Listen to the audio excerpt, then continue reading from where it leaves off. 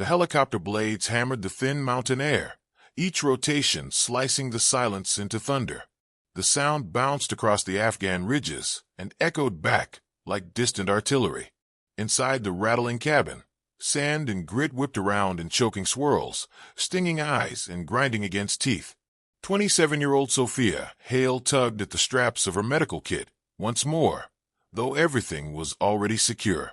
She wasn't nervous about the flight itself. She had been through 2 deployments, countless insertions, and endless rides in these metal beasts. But the air felt heavier today, the kind of heaviness that sat in the gut before a storm.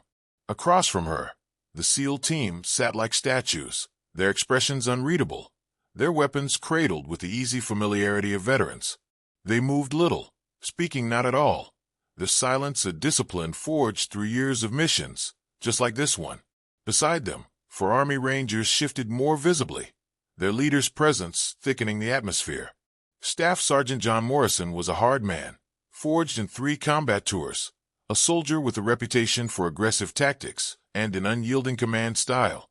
To him, hesitation was weakness, and complications were excuses. He was not a man who tolerated interference, least of all from those outside his direct chain of command. Sophia had felt the weight of his disdain the very first time they spoke. During the mission briefing, she had studied the terrain map, noting several high ridges overlooking their planned route. Experience told her those positions were perfect sniper nests. She had raised her hand, intending to voice concern, but Morrison's cold interruption silenced her. Medics treat wounds. Soldiers fight battles, he said with a sneer sharp enough to slice the room. The SEALs, men she had worked with before and who respected her instincts, said nothing. They understood the politics of joint operations. To challenge Morrison outright would have been to create a fracture in the chain of command. Instead, their eyes shifted uncomfortably, but silence ruled. And so Sophia swallowed her words, knowing her warning had been dismissed, not because it was wrong, but because of who she was. She turned her eyes to the open door of the helicopter, where the desert wind carried the bitter scent of sand and diesel fuel. That smell brought with it a memory, Montana mornings with her grandfather, Robert Hale, a Marine sniper turned hunting guide. When her parents divorced, summers on his ranch became her world. There, she learned more than medicine or survival. She learned patience, silence, and precision. While her friends played video games, she studied tracks in the dirt, tested the wind with a lifted hand, and steadied her heartbeat with the scope of an old Remington rifle. By 16, she could place a shot at 800 yards with unnerving consistency. Her grandfather's lessons were never about death. They were about control. He taught her that true marksmanship was discipline, not destruction. A sniper's worth was not measured by how many shots they took, but by how few they needed. Sophia had chosen a different path when the time came. She joined the Navy not as a shooter, but as a healer, a hospital corpsman, trained to preserve life rather than end it. It was her way of serving, her way of honoring both her grandfather's teachings and her own heart. Still, Robert's words lingered. The world doesn't always care what you want it to be. Be ready for both sides of who you are. The helicopter banked sharply, pulling Sophia back to the present. Ahead lay the mountains, jagged and hostile, shadows stretching across barren valleys. Somewhere out there, men waited with rifles, and she wondered if Morrison's arrogance would blind him long enough to cost lives. The bird slammed onto the landing zone, kicking up a storm of dust that swallowed the soldiers as they spilled out into the open. Boots struck the gravel in rhythm, rifle sweeping, eyes cutting through every shifting shadow. Sophia followed, her pulse steady, her thoughts sharpening. The patrol began in silence, 13 figures moving as shadows themselves, 8 SEALs, 4 Rangers, and 1 medic winding through a valley carved by centuries of wind and war. Intelligence claimed the site was lightly defended, but whispers of recent sniper activity gnawed at the edges of everyone's caution. 30 minutes into the march, Sophia's eyes caught something. A ripple, almost imperceptible, along a ridgeline to the northeast. Most would have dismissed it as nothing. A flick of light, the sway of a rock, but to her it screamed wrongness. Years of hunting elk had carved that instinct into her bones. She leaned toward Michael Rodriguez, the SEAL closest to her. Movement, she whispered, pointing. Rodriguez did not question. He trusted her, as he had on previous deployments. He signaled a halt, raising a fist toward Morrison. The staff sergeant lifted binoculars, scanning the ridge for long, slow minutes. At last, he lowered the glass and shook his head. Nothing there, he said coldly. Keep moving. Sophia's jaw tightened, but she bit back her reply. To push further would only fuel Morrison's disdain. Yet her eyes kept drifting to that ridge, her gut twisting tighter with every step. She replayed her grandfather's lessons in her mind, the way he taught her to trust what her instincts screamed even when others doubted. The valley was too quiet, and Sophia Hale knew in her bones that silence in war was never safety. Silence was the breath before the storm. The patrol pressed on, their boots crunching against loose stone, rifles shifting with every measured step. The valley was eerily still, the kind of silence that carried weight. Sophia Hale walked near the center of the column, her pack heavy with bandages, morphine, and hope. Yet her eyes refused to leave the ridgeline, where she had seen the faintest flicker of movement. She told herself to let it go. Morrison had dismissed her once already, but instinct kept whispering that danger crouched above them. The air thinned as they advanced, every breath a dry scrape against the throat. The Rangers moved stiffly, their formation rigid under Morrison's strict orders. The SEALs, seasoned and fluid, adjusted their pace in silence, eyes darting across gullies and shadowed rocks. Their trust in one another was unspoken, built through years of fire and steel. Sophia felt safer near them, though safety in war was always an illusion. 20 minutes later, the valley betrayed them. The crack of a rifle split the air like lightning. A sharp echo rolled down from the ridge, where Sophia's gaze had lingered. One of the SEALs, Michael Rodriguez, jerked violently, blood blossoming across his shoulder. He dropped to the dirt, rolling instinctively behind a slab of stone, his rifle clattering beside him. "Sniper!" Morrison bellowed, his voice already hoarse. "Take cover!" The world erupted. Soldiers dove for rocks, pressing against the unforgiving earth as dust exploded around them. The enemy marksman had the high ground, his angle perfect. Bullets slapped against stone, chips flying like shrapnel. Every attempt to raise a rifle met with another crack, another shot, another reminder that they were pinned. Sophia's training took over. She sprinted low to Rodriguez, her kit already in her hands. Her body moved as if carried by something older than fear, something born of long days on the ranch, when her grandfather had taught her that precision meant survival. She reached Rodriguez and dropped beside him, pulling him flat as another round smacked into the dirt inches away. Blood pulsed steadily from his shoulder, soaking his fatigues. He stayed conscious, gritting his teeth against the pain. Sophia pressed bandages hard against the wound, her hands steady despite the storm around them. Rodriguez met her eyes. His voice was quiet, strained.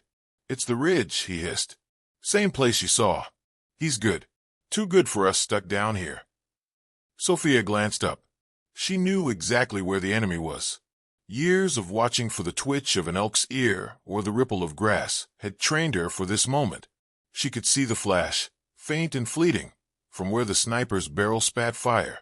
The team's designated marksman, crouched 30 meters away with his M110 rifle, tried to shift position.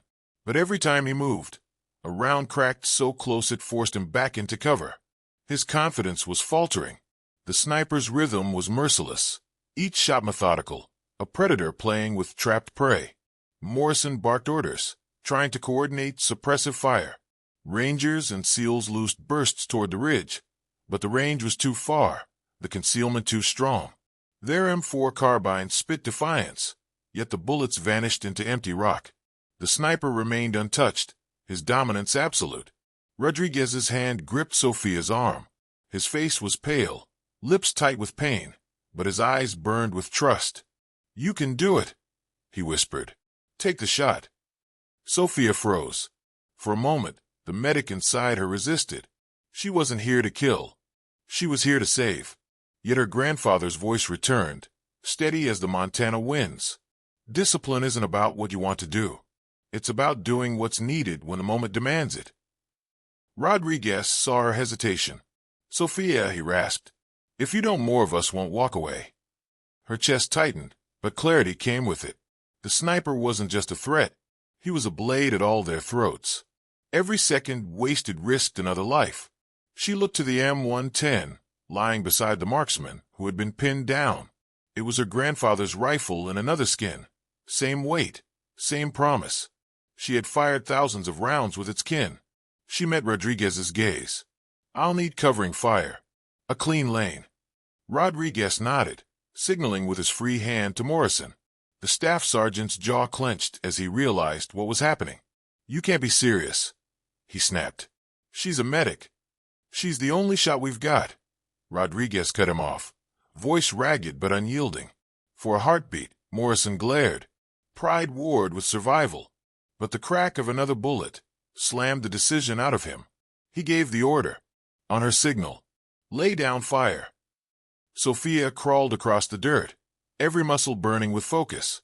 She reached the pinned marksman, who handed over the M110 with shaking hands.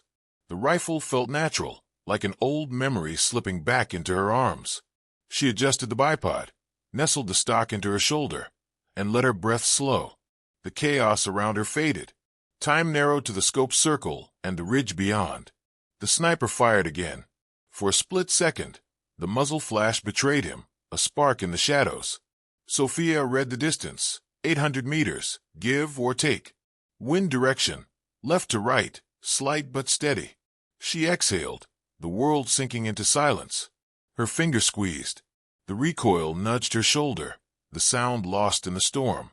Through the scope, she watched the enemy crumple, the ridge suddenly still. The valley went quiet again, but not with threat. This silence was relief. Rodriguez breathed out hard, the tension easing from his face even as Sophia tightened his bandage. Morrison said nothing, his expression carved in stone. Yet every man in that valley knew what had happened, that the medic had fired one shot and saved them all.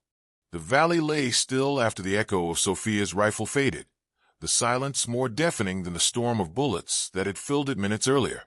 For a heartbeat, no one moved. The SEALs, crouched behind stone and scrub, slowly lifted their heads, eyes scanning the ridgeline where the sniper had ruled their lives with each crack of his rifle. Nothing stirred. The threat that had pinned them down, that had almost ended them, was gone. Sophia lowered the M110 gently, her body trembling only now, as the surge of adrenaline began to ebb. She looked to Rodriguez, who still lay pressed to the earth, his shoulder wrapped tight in the blood-soaked bandage she had applied. He gave her the faintest grin through clenched teeth. "Told you," he whispered hoarsely. "One shot." The SEAL nearest to her clapped a hand to her shoulder, steady and firm. There were no cheers, no shouts of triumph, just nods, acknowledgments, the silent language of warriors who had seen enough to know that victory was not celebration. Victory was survival. Morrison barked orders, pulling his men into tighter positions as the team prepared to withdraw. His voice was steady, but something had changed. Gone was the biting disdain, the sharp edge of dismissal. He had seen what Sophia had done, though he gave no words to it yet. His commands were short, precise, efficient. Yet every so often his eyes flicked toward her, as though recalibrating who she was in the framework of his mind. "Evac bird inbound," one of the SEALs muttered into his radio. "ETA 40 minutes. We hold here until then." 40 minutes stretched long in enemy territory. Sophia set to work on Rodriguez, her hands methodical, her voice calm. She checked the pressure dressing, monitored his pulse, and pushed fluids from her kit.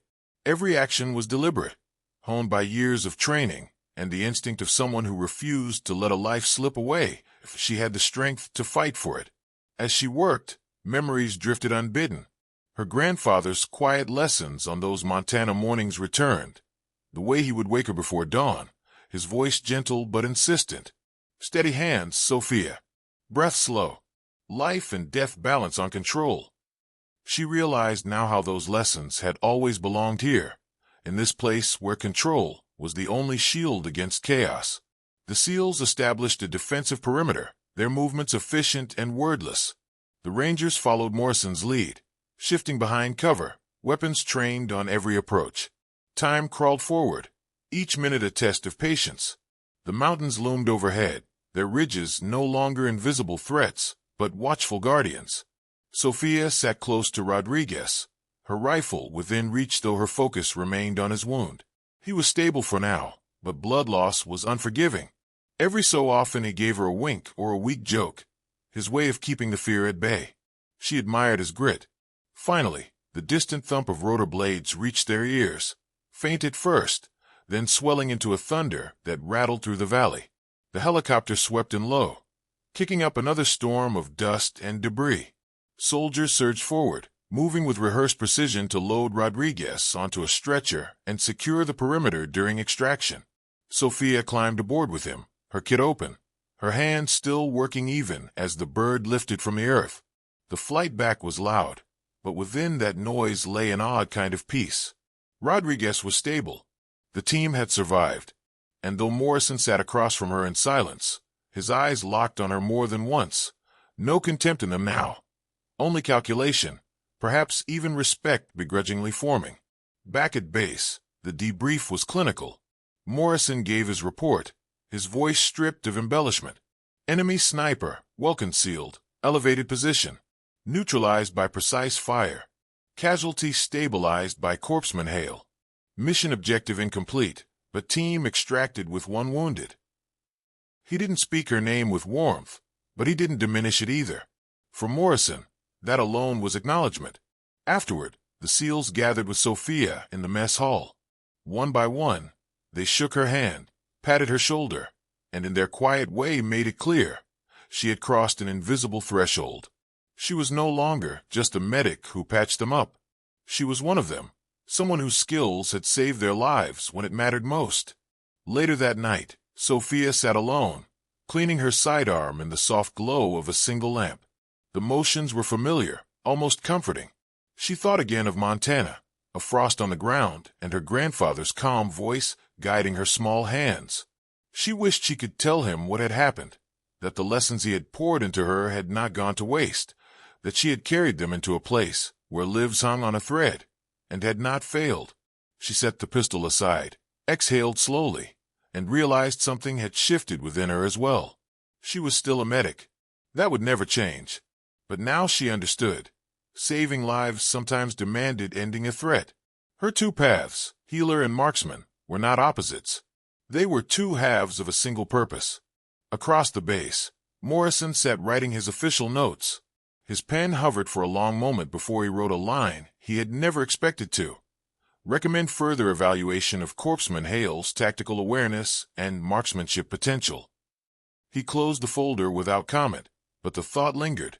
For the first time, Morrison began to consider that perhaps the soldier he had dismissed might be something far more dangerous and far more necessary than he had ever imagined. The weeks that followed the firefight were a strange blend of routine and quiet change. Missions continued, patrols pressed on, and the weight of war did not ease simply because one battle had ended differently. Yet for Sophia Hale, everything felt altered. The men around her looked at her with new eyes. Where once she had been just a medic, now there was something more in their expressions: respect, curiosity, even trust of a different kind. The SEALs showed it first. They had always valued her medical skill, but now their deference shifted. They asked her opinion during mission preparations, subtle questions about terrain and angles, about whether a ridgeline might serve as cover or as a threat. She answered carefully, never overstepping, but their willingness to listen was undeniable. They remembered the ridge, the single shot that had silenced death. Warriors recognized truth when they saw it, and Sophia had proved hers in the language of survival. Morrison was slower. His pride was a fortress built over years of command, and fortresses do not crumble with one strike. At first, he said little, his tone clipped and neutral whenever he addressed her. But he no longer cut her off mid-sentence. During one briefing, as he outlined patrol routes, Sophia cautiously pointed out an alternate path that reduced exposure to a high valley wall. For a moment, silence held. Then Morrison grunted, adjusted his plan, and moved on without a word of acknowledgement. It was the smallest concession, but to Sophia, it felt like a wall shifting ever so slightly. Rodriguez recovered steadily. His wound was deep, But Sophia's care and quick evacuation had spared him worse. When he returned from the field hospital, arm still bound in a sling, he sought her out with a grin. "Guess you were meant to carry more than bandages after all," he teased. His gratitude was not loud, but it was lasting, and he made sure others knew who had kept him alive. Soldiers talk, and his words traveled. Evenings in the mess hall grew different. Sophia was no longer left to sit quietly at the edge of conversations. SEALs waved her over, Rangers nodded in greeting, and stories of Montana began to spill from her lips in pieces. She told of her grandfather's ranch, of frosted mornings where patience was the only lesson worth learning, of the way it said that life and death balanced on the discipline of a single breath. The men listened, not politely, but attentively, because they understood that those stories were not mere memories. They were the roots of the skill that had saved them. Morrison remained a puzzle. He still spoke little to her outside necessity, but when he did, there was no mockery. One night, during equipment checks, he paused as she cleaned her pistol. "That rifle," he said suddenly, his voice flat. "You handled it like you'd been born with it." Sophia looked up, uncertain how much to reveal. "I've trained before. My grandfather taught me." Morrison studied her for a long moment, his expression unreadable. Then he nodded once and walked away. It wasn't praise, but it was something, perhaps the closest he could come. As weeks became months, whispers of change reached her ears. Special Operations Command had heard the story. Rodriguez, true to his word, had filed a recommendation. The report detailed her actions not as chance, but as skill, highlighting the precision of her shot and the discipline she had shown under fire. It carried weight, not just because of his words, but because Morrison had not contradicted them. His official account was factual, cold, but accurate, and that accuracy lent her story legitimacy. One evening, as the desert sun sank behind the mountains, Sophia sat outside the barracks, the sky painted in streaks of red and gold. She thought of Montana skies, how they looked almost the same, and wondered if her grandfather would have recognized her now. She was still the medic who had chosen to save lives, yet she was also the sniper who had taken one. The two halves of herself no longer warred against each other. They fit, awkwardly perhaps, but firmly, into a hole she had never expected. Rodriguez joined her on the steps, lowering himself carefully. "Word is, Command's considering you for something different," he said. She frowned. "Different how?" He shrugged with a grin. "Specialized training. A program for medics who bring more than medicine. Guess they think you might be the first of your kind." The idea startled her. She had never sought such recognition, never aimed for a role beyond her chosen duty. Yet part of her knew it was inevitable. Her grandfather's lessons had not been wasted. They had simply waited, dormant, for the right moment. And now that moment was expanding into a path she had not seen before. Later that week, Morrison called her aside after a briefing. His voice was still stern, but something beneath it had softened. "You'll get orders soon," he said. "Training assignment. I don't know the details, but it's higher command. Don't waste it." Sophia met his eyes. For the first time, there was no hostility in them, only a soldier's recognition of another's worth. She nodded once. "I won't." When he walked away, she realized the line between them had shifted permanently. He would never admit defeat, but respect had found its place between them. It was enough. That night, she cleaned her rifle again, though it had not fired since that day in the valley.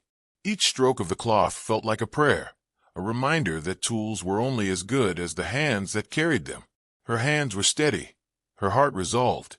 The world had demanded she be both healer and marksman, and for the first time, she accepted that she was ready to be both. The orders came 6 months after the valley. They arrived in a plain envelope, stamped with the seal of Special Operations Command. Sophia Hale held the letter in her hands for a long moment before opening it, her pulse steady, but her thoughts restless. She already knew what it would say. Rodriguez had hinted at it. Morrison had all but confirmed it. Still, seeing the words in print made the reality heavier. She was to report to a specialized training program, an experiment. They called it a course designed for those rare individuals who combined medical expertise with other exceptional skills. The details were vague, as such orders always were, but the meaning was clear. She was no longer only a corpsman. She was something else now, something the Navy wasn't even sure how to define. The weeks before departure passed in a blur. The SEALs she had served with stopped by one, each offering their own quiet farewell. They were not sentimental men, but their words carried weight. "Wouldn't have made it without you," one said. "You'll do fine." "Better than fine," another added. Rodriguez, still recovering though stronger every day, clasped her hand firmly. "You saved me, Hale. Now go save more." Even Morrison came, though only once, and only briefly. He found her in the equipment bay, cleaning her pack. For a long moment he stood silent, his eyes fixed on her. Then he said simply, "You proved yourself. Don't forget who you are." With that, he turned and left, the words lingering heavier than if he had spoken a speech. The program was unlike anything she had known. It was not just medical training, though her skills as a corpsman were sharpened further. It was not just marksmanship, though they placed rifles in her hands day after day, pushing her to distances and conditions she had never attempted. It was something between, something that merged healer and warrior into a single, cohesive whole. She learned how to stabilize a casualty under fire, then turned seamlessly to provide cover for extraction. She practiced inserting 4 lines, while prone under simulated gunfire. She was taught to read wind and distance, to control her pulse, not only for the shot, but for the steady hand of surgery. The instructors pushed hard, skeptical at first. Some questioned why a medic should be trained with the precision of a sniper. But Sophia silenced those doubts the same way she had silenced the sniper in the valley, with calm, discipline, and results. Each test became proof. Each drill became confirmation. Her grandfather's lessons, once confined to Montana mornings, unfolded here in their truest form. She began to see that his wisdom had always been preparing her for this. At night, she lay in the barracks, staring at the ceiling. She thought often of Robert Hale, of the quiet man who had believed in her when few others did. She wished she could tell him that his patience had not been wasted, that the world had demanded both healer and marksman, and that she had answered. Perhaps, she thought, he already knew. Months passed, and Sophia changed. Not outwardly. Her frame was still lean, her eyes still calm, her hands still steady. But inside, she carried a new certainty. She no longer questioned whether her dual path was contradiction. It was not. It was balance. To heal was to fight against death. To shoot was, sometimes, the same. Both demanded discipline, patience, and the will to act when the moment demanded. Her final evaluation came on a cold morning. She was placed with a small team in a simulated operation, tasked with extracting wounded under fire. The scenario was brutal. Smoke, noise, and chaos surrounded them. A mannequin lay wounded in open ground, exposed to a mock sniper positioned on high terrain. Her teammates laid down suppressive fire, but the marksman pinned them effectively. Sophia crawled forward, her kit pressed to her chest, and reached the casualty. With one hand she worked the bandages, with the other she prepared the rifle. She stabilized the wound, checked vitals, and then slid into position. Her breathing slowed, her focus narrowed. She waited for the flash, for the rhythm, and then fired. One shot, one silence. The instructors recorded every detail. When it was over, the commanding officer approached her. His face was unreadable, his voice even. "Corpsman Hale," he said, "you've done what we hoped and more. From this day forward, your designation changes. You are both medic and marksman. Remember, every life you save, every threat you neutralize, depends on the same truth, discipline, patience, and one perfect decision." Sophia saluted, her expression calm. Inside, she felt the weight of the word settle. She was no longer just what she had chosen at the start, nor only what her grandfather had taught. She was both, and the two halves no longer warred but stood united. That evening, alone in her quarters, she unfolded a letter she had written to herself months before, during her first deployment. It was filled with doubts, questions about whether she belonged, whether she could make a difference. She read it once more, then set it aside with a faint smile. The doubts were gone now. In their place was certainty. Sophia cleaned her rifle slowly, each movement deliberate. Then she placed it beside her medical kit, the two tools resting together. Not opposites. Complements. She whispered into the quiet room, as though speaking to Robert across the years and miles. I found the purpose, Grandpa. Both of them. Outside, the night deepened, and somewhere far away another mission waited. Sophia Hale was ready.